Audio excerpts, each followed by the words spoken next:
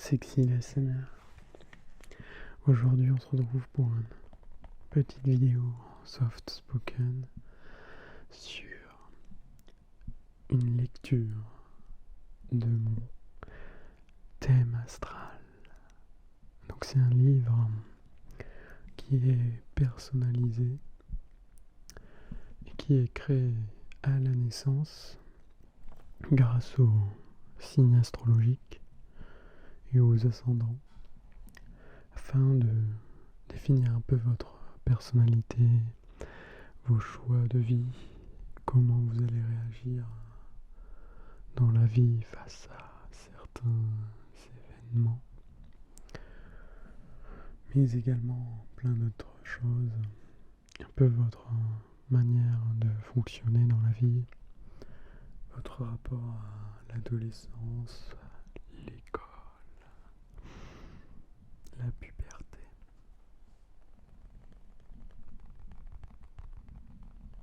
Mais un tas d'autres choses.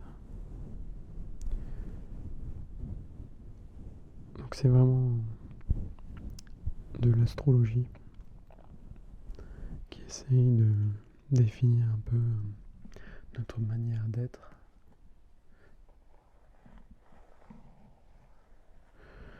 Et donc j'ai trouvé ça plutôt intéressant de vous lire quelques parties.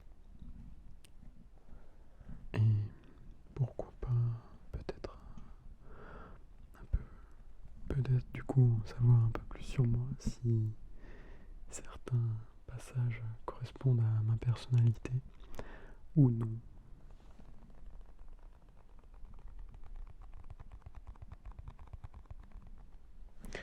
Donc il se présente comme ceci. Et il est donc personnalisé, on a notre nom à l'intérieur. Et c'est plutôt cool.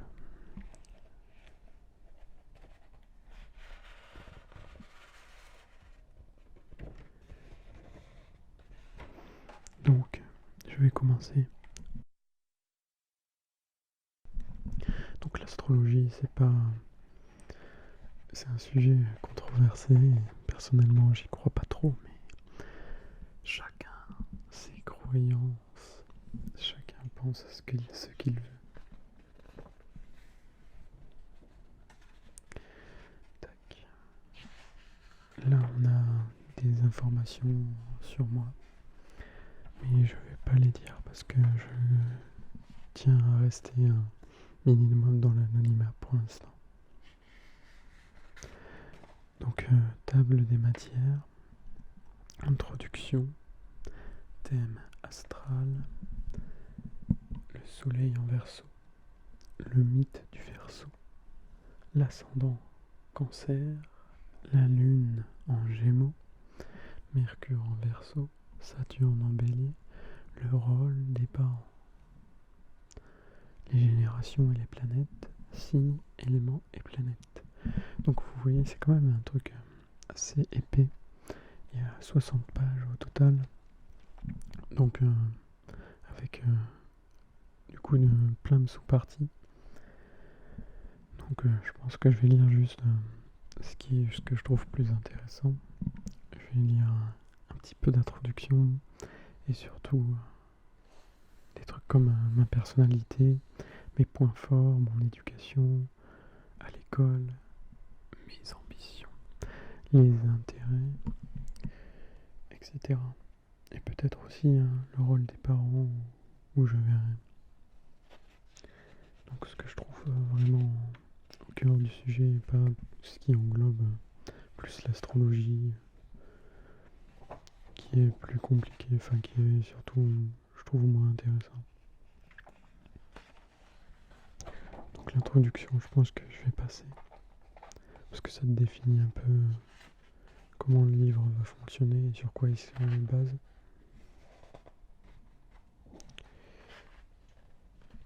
Donc je vais directement aller à le soleil en Verseau. Le signe du Verseau représente un être humain tenant dans ses mains une jarre d'où il verse de l'eau. Dans l'image même, la figure humaine et la jarre sont à peine reconnaissables. Par contre, la masse d'étoiles lumineuses qui compose le flot est clairement visible. Par ce flot, le verso déverse sa richesse spirituelle. Le soleil, le signe astrologique de l'enfant, est celui dans lequel le soleil se trouve au moment de sa naissance. Chaque mois, le soleil se déplace d'un signe dans le zodiaque. Le soleil est le signe du moi, le centre de la personnalité de l'enfant. C'est dans cette partie-là de la personnalité que l'enfant puise son inspiration et dans laquelle il pourra se réaliser. Le petit enfant a très peu de conscience. De temps à autre, les parents se demandent comment l'enfant se développera, quel type de caractère il aura et comment sa vie future se déroulera. À chaque signe astrologique correspondent des traits de caractère spécifiques. Chez l'enfant, ces caractéristiques sont à l'état embryonnaire. Elles se développent fortement chez l'adolescent pour se révéler entièrement à l'état adulte, à l'âge adulte. Donc, mes traits de caractère principaux. J'ai l'esprit vif et rapide. Il est ouvert à tout ce qui est nouveau et aime examiner les choses de près. Donc, vif et rapide, ça peut-être pas. Mais ouvert et à tout ce qui est nouveau et aimer examiner les choses, ça peut-être plus, effectivement. Il est surtout intéressé par tout ce qui est technique, moderne, pas spécialement. Parfois il se sent attiré par les gens anticonformistes, un peu originaux. Ça, ouais, ça je pense que ouais.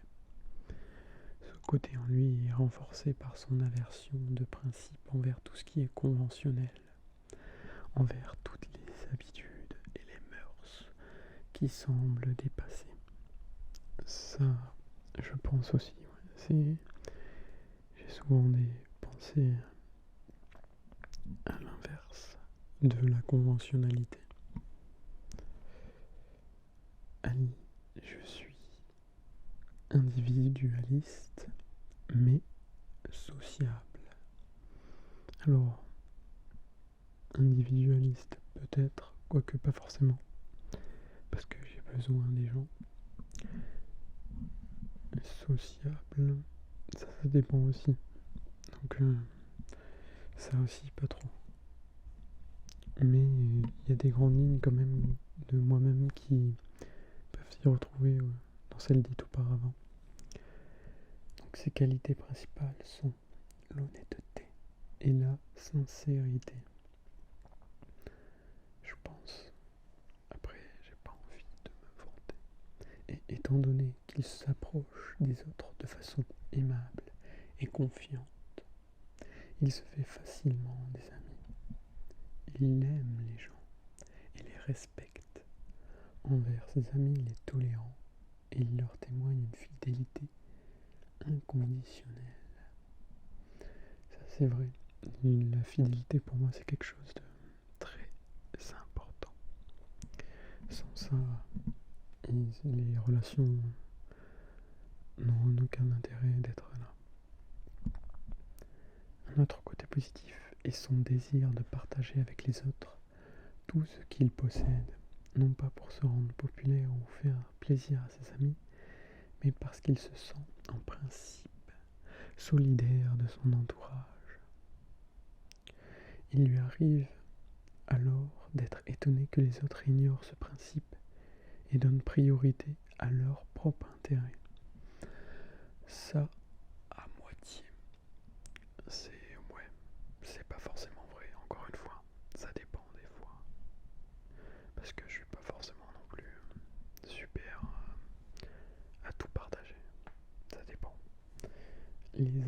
conditions et ambiance familiale. Les enfants en bas âge n'ont pas encore un caractère bien prononcé. Celui-ci ne commence à s'affirmer qu'après 10 ans. Aussi, pendant les premières années de son existence, les signes astrologiques nous indiquent plutôt les conditions et l'ambiance familiale dans lesquelles l'enfant grandit, c'est-à-dire la façon dont l'enfant les vit. Le signe astrologique de l'enfant nous renseigne aussi sur le rôle du père, surtout sur les normes et valeurs que l'enfant prend de lui. En l'absence du père, le signe astrologique informe sur la personne qui tient son rôle. Cela peut être la mère ou bien quelqu'un d'autre. En grandissant, l'impact du signe astrologique de l'enfant est de plus en plus grand pour ne donner sa pleine dimension qu'après 21 ans. Ouais, on est en Amérique ou quoi? 21 ans. Alors, probablement, il ne montrera pas son affection et son attachement aussi rapidement que les autres enfants. Mais il est sociable et gentil. Ça, encore une fois, je pense que ça peut être vrai. Il faudrait voir avec mon entourage qu'il le confirme ou le dénie. Son esprit est vif et éveillé. Et de par sa curiosité, il s'intéresse à beaucoup de choses. Encore les mêmes choses qui ont été dites avant. Cela ne veut pas nécessairement dire qu'il se passionne tout de suite pour n'importe quoi. S'il ne se sent pas attiré par quelque chose, il n'y a pas à discuter. Ces éducateurs auront alors du mal à faire en sorte qu'il s'y intéresse. Il sait très clairement formuler ses idées et ses pensées et être objectif dans son jugement. Ouais, cela lui sert dans les discussions ou dans la résolution des problèmes entre collègues et amis.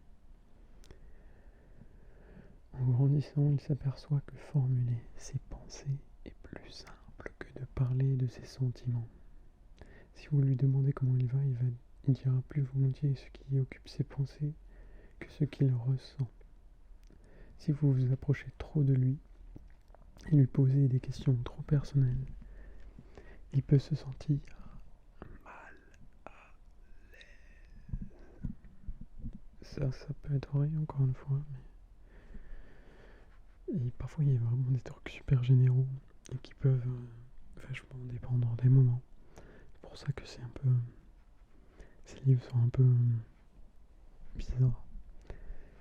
Cependant, sa réserve ne doit pas être interprétée comme une absence de sentiments.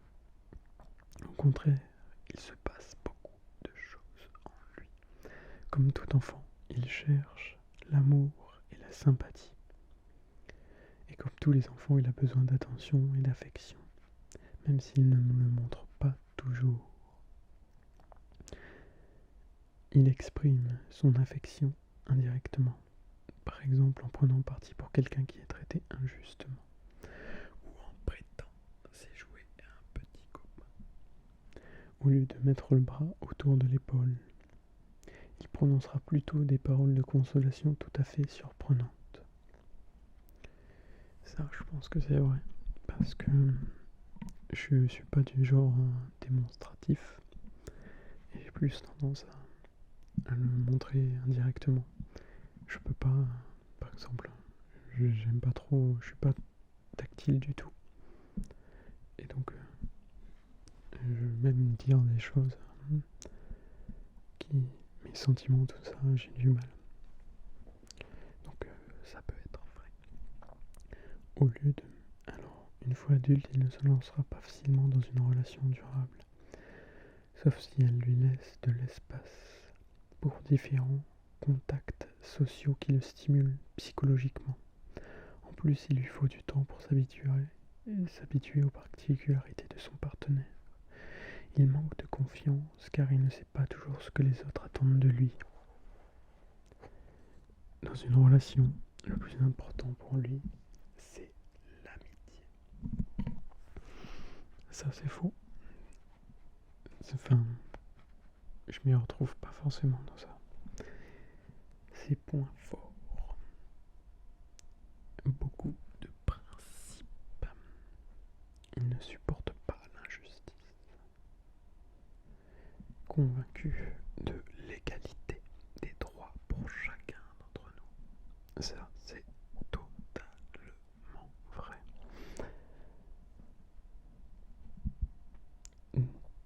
Se sentant concerné par son entourage, il défendra d'autres enfants s'il les croit traités injustement. Le phénomène de groupe joue un rôle important dans sa vie. Et régulièrement, il cherchera à rejoindre un autre groupe de personnes qu'il fréquentera alors pendant un certain temps. Non. Il est tout à fait conscient que le tout est plus grand que la partie et qu'un groupe obtient plus qu'un individu isolé. Ali, il aime entretenir des relations amicales avec des gens de tous bords. Ça, c'est vrai.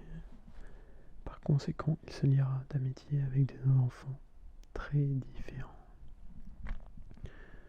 Fréquenter des gens originaux ou ceux, en fait, il développe un peu ce qu'on avait vu tout à l'heure. Donc là, les gens originaux, on a déjà vu tout à l'heure. Bien qu'à l'aise dans des milieux très divers, il ne doit toutefois pas être considéré comme l'ami de Monsieur Tout-le-Monde, car ses vraies amitiés sont limitées à quelques personnes avec qui il se sent étroitement lié. Bon, ça, c'est vraiment super général, parce je pense qu'il y a beaucoup de personnes qui, comme moi, ont que quelques vraies amitiés, enfin qui se comptent sur les doigts de la main, comme on dit. Les vraies amitiés qui traversent le temps. Une fois qu'il a une idée en tête, il ne la lâchera pas facilement. Cela ne l'empêche pas, d'ailleurs pas, d'être ouvert aux idées nouvelles venant des autres. Encore une super généralité. Faut que j'arrête. Je fais plus juger.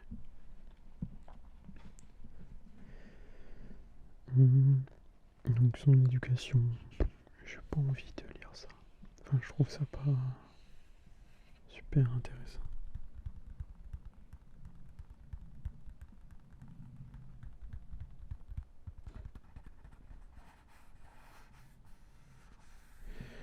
À l'école non plus.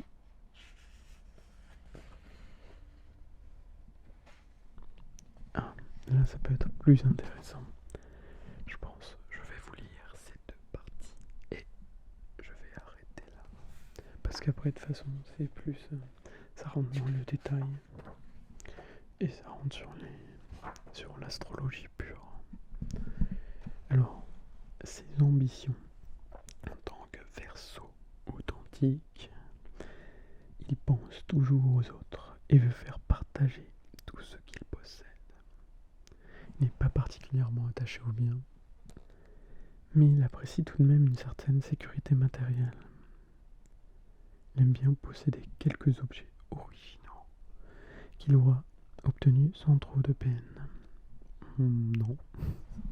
Par contre, je suis pas attaché au bien, c'est vrai.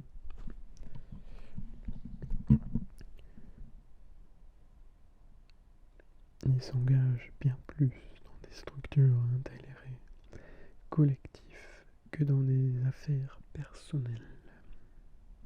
Vous trouverez des Verseaux dans des organisations humanitaires qui leur permettent de travailler en équipe. Ça dépend encore une fois. Cela ne veut pas dire qu'ils ne peuvent pas bien travailler seuls, mais ils ont toujours comme objectif la contribution à la société.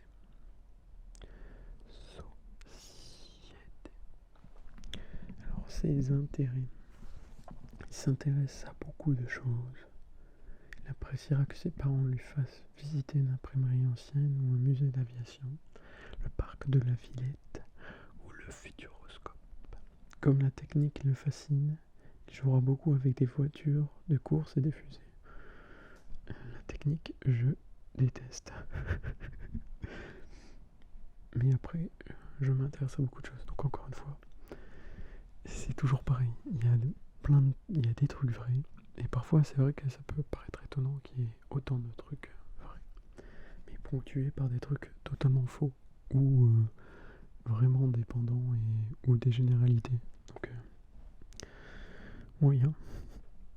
Il aime aussi les jouets qui stimulent sa créativité, tels que le Lego ou le mécano. Plus grand, un passe-temps qui développe les capacités mentales comme le modélisme de bateaux et d'avions où l'informatique lui plaira beaucoup.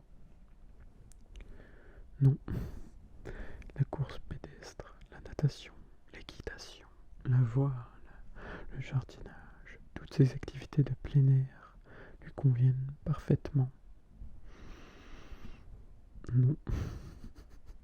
Vous voyez bien, je suis en train de faire des vidéos dans ma chambre. La musique est une bonne chose pour lui, oui. Et même si il n'est pas toujours persévérant, les moments où il fait spontanément de la musique peuvent être précieux pour son développement. Jouer du synthétiseur d'ailleurs est une combinaison de musique et de technique qui lui convient. Ça par contre, ça peut être vrai. Parce que effectivement j'ai fait de la musique. Et donc je pense que je vais m'arrêter là.